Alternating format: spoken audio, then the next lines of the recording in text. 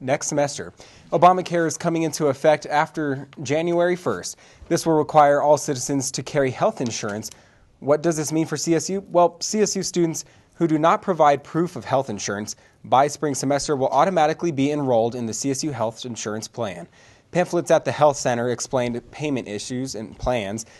These numbers reflect the potential cost of health insurance for students.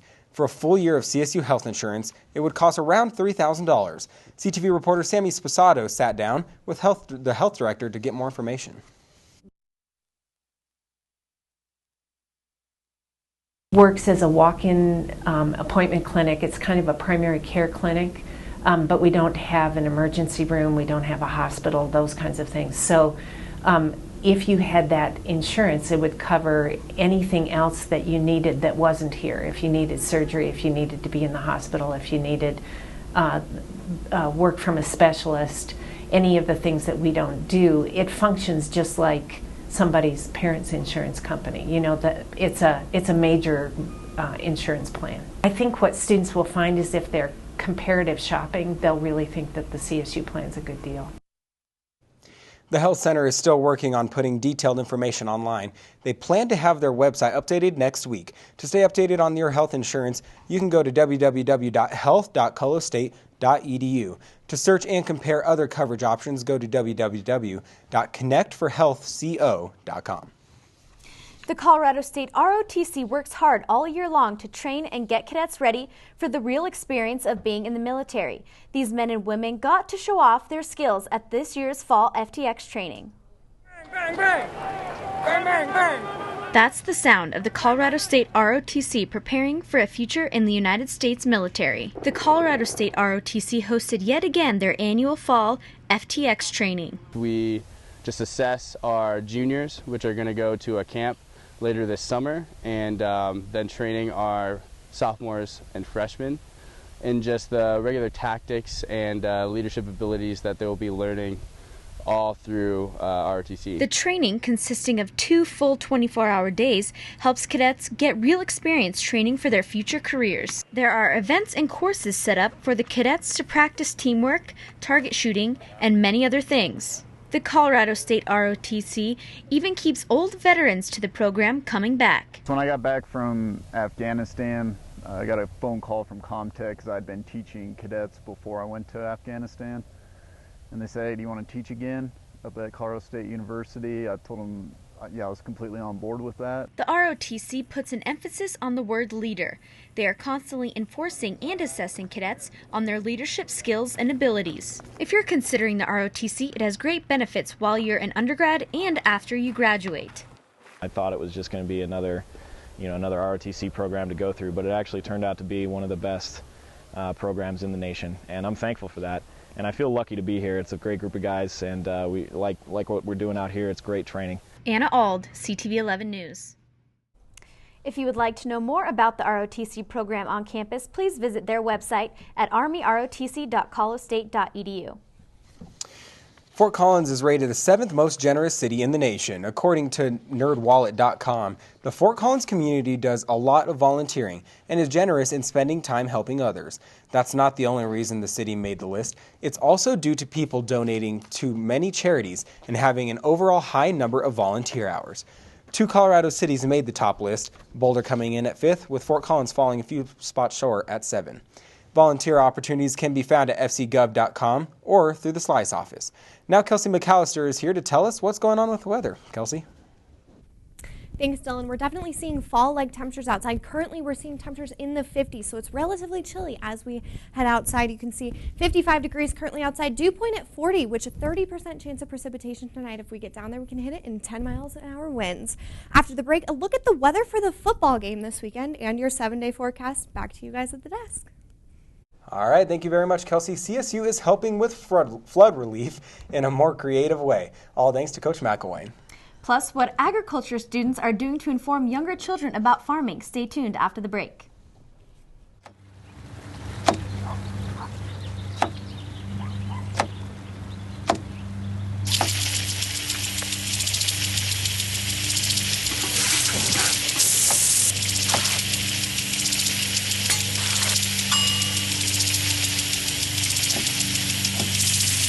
clean kitchen surfaces, utensils, and hands with soapy water. 1 in 6 Americans will get sick from food poisoning this year. Keep your family safer. Check your steps at foodsafety.gov.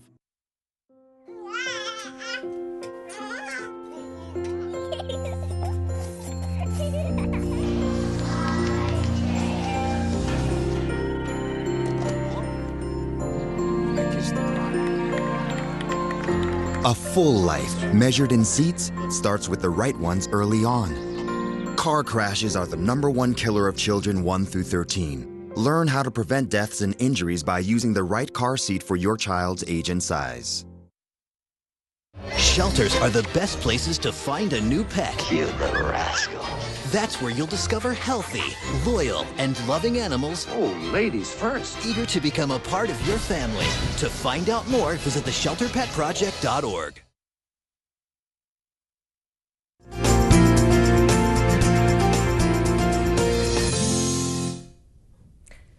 Welcome back to CTV News. I'm Kelsey McAllister with your Thursday weather update. Today has been a gorgeous day. Today's highs, we've seen temperatures in the mid to upper 70s for most of the state. We're going to see temperatures continue with this trend overnight, and then we're going to cool down as we head into Friday. So tomorrow's temperatures are going to be nice, but today, like I said, 72 in Fort Collins, 76 in Denver, and 76 in Colorado Springs as well. Gunnison, we're going to see 67 degrees, so it'll be a little cooler as you head to the high country, 59 degrees in Vail. Tomorrow will be a little chillier. We'll see temperatures in the upper 60s for most of the state. 62 in Fort Collins, 67 in Denver, 68 in Colorado Springs. Pueblo, you're going to be a little bit warmer at 76 degrees. And look at Grand Junction, it's still going to be in the 60s, and it's going to be pretty cool across most of the states. We can expect some precipitation as we go into tomorrow. Taking a look at the 7-day forecast, we're going to have a chance of rain through tomorrow, 65 degrees with a 50% chance of storms and showers. So we can expect some precipitation. There's about a 30% chance overnight. Going into Saturday, 68 degrees, 30% chance of rain and showers. But Sunday for the Broncos game, it's going to be pleasant. We're going to have temperatures in the mid-70s with sunny skies, and these trends are going to continue into Monday. The rain chances are a little bit for next week due to this cold front going in. We could see a little bit of afternoon showers, but going through the weekend, Dylan, Annie, we're going to have beautiful weather next week. We just have to get through this cold front going through right now. We're definitely going to see temperatures cool down. If you want more weather, follow me at Kelsey McAllister. Back to you guys. Thanks so much, Kelsey.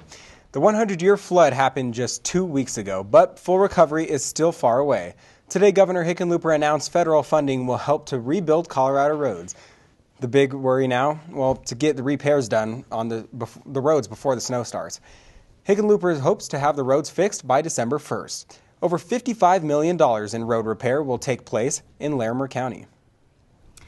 What do flood relief and football have in common? Well, not much, but Coach Mack found a way to tie the two together.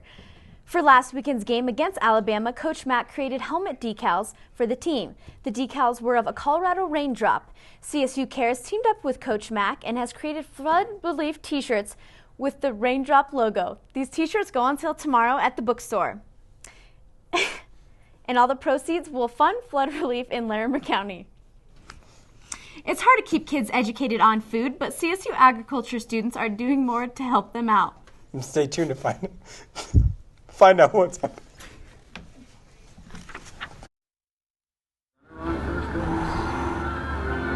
Now the big guy comes out to bat, hitting .342 with 92 RBIs and 36 homers. The first pitch is fouled between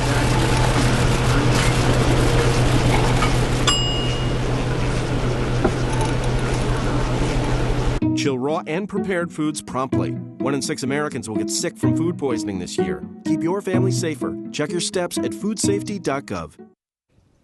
Today, the Colorado State University Agricultural Department hosted hundreds of Poudre Valley school students, an event created to teach the youth about the farming aspect of the CTV. Alongside Field Day and Valentine's Day, field trips are arguably the best part about elementary school. Thursday, hundreds of Poudre Valley students hopped off the bus and onto the tractor to explore the agriculture side of the world. We try to get all the kids here having a good time. Basically, we like to work with the teachers and kind of teach what the teacher's going to teach, so curriculum's a big deal. Students from the CSU Agriculture School hosted nearly 2,000 students from across Fort Collins, using university resources to educate kids. Understanding of agriculture is really important at a young age. They're kind of like getting an appreciation for it, and maybe they'll find an interest because people from ag come from all kind of backgrounds. So Over the last couple of days, I think the kids have been having a good time. Alongside a tractor hayride between sessions, students were given the opportunity to see livestock, play in various soils, and even go into a makeshift bunker that allowed them to see the different levels of soil over time, showing why CSU is a top agricultural school. Obviously, it's a great school for ag. According to program students and volunteers, the hands-on approach to agriculture is the best way to teach it, allowing people to see beyond their refrigerator. I think it helps learning, just being out a little more. I like the idea that, you know, a lot of them don't really know anything but the grocery store, and I think just coming out here is a good introduction, I guess. I had the opportunity to talk to a few ladies who were part of the event. Unfortunately, there were some technical difficulties with their interview. However, they shared with me that the agricultural school plays a large role in a lot of the meat handling situations around the nation, including technologies to improve the business, showing why CSU continues to be one of the top agricultural schools in the nation. There are lots of activities going on this weekend in Fort Collins, most of which include food and drinking. The 32 annual Ag Day is this weekend at Hughes Stadium. Right before the football team battles the University of Texas at El Paso, all proceeds of the event go towards scholarships for CSU agricultural science majors. Ag students plan to set up farm displays and have live music planned. The fall tradition will of course include a barbecue. Tailgating starts at 11 in the morning. The Rams game is scheduled for 1:30, so be sure to get your ag on before the game. The UCA is celebrating its 5th birthday. Tomorrow night is the fall celebration. It features a concert from 3 major groups at the UCA, including the Orchestra Symphony and the Chamber Choir. The UCA is also having wine and desserts after the concert. The event is free and starts tomorrow night at 9:30 at the University Center of the Arts. And if you're looking for something a little bit out of the normal, stop by and go to the Volga Fest in Windsor to celebrate Old German culture. This festival celebrates Volga Germans and highlights their journey from Russia through Europe and to America. It's encouraged to wear 20th century German costumes. What a better way to celebrate culture than beer and food. And also, don't forget about the Cash Bar provided by the Lions Club of Windsor.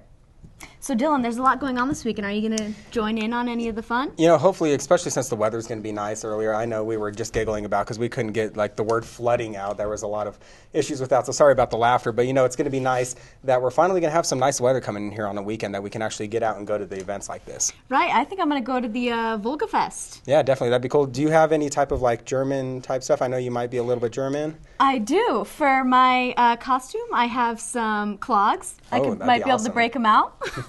Yeah, that'd be awesome. Unfortunately, I don't think I have anything of German nature to wear, so I might have to just go out there and taste the food a little bit. I don't know if I can necessarily participate in the dancing aspect of it, but maybe we'll leave that up to you and maybe get a video camera out there and get some video of you dancing. That would be fun. I think it'll be fun either way, costume or no costume. Yeah, definitely. Well, unfortunately, that's all the time that we have for you tonight on CTV News. Be sure to tune in tomorrow evening at 8 o'clock for the Not Too Late Show with Kristen Zamora and Sophie Vukovic. Definitely. To keep updated on campus and local news, visit www.collegian.com, or you can follow us on Twitter @CollegianC. Thanks again for joining us. We'll see you on Tuesday.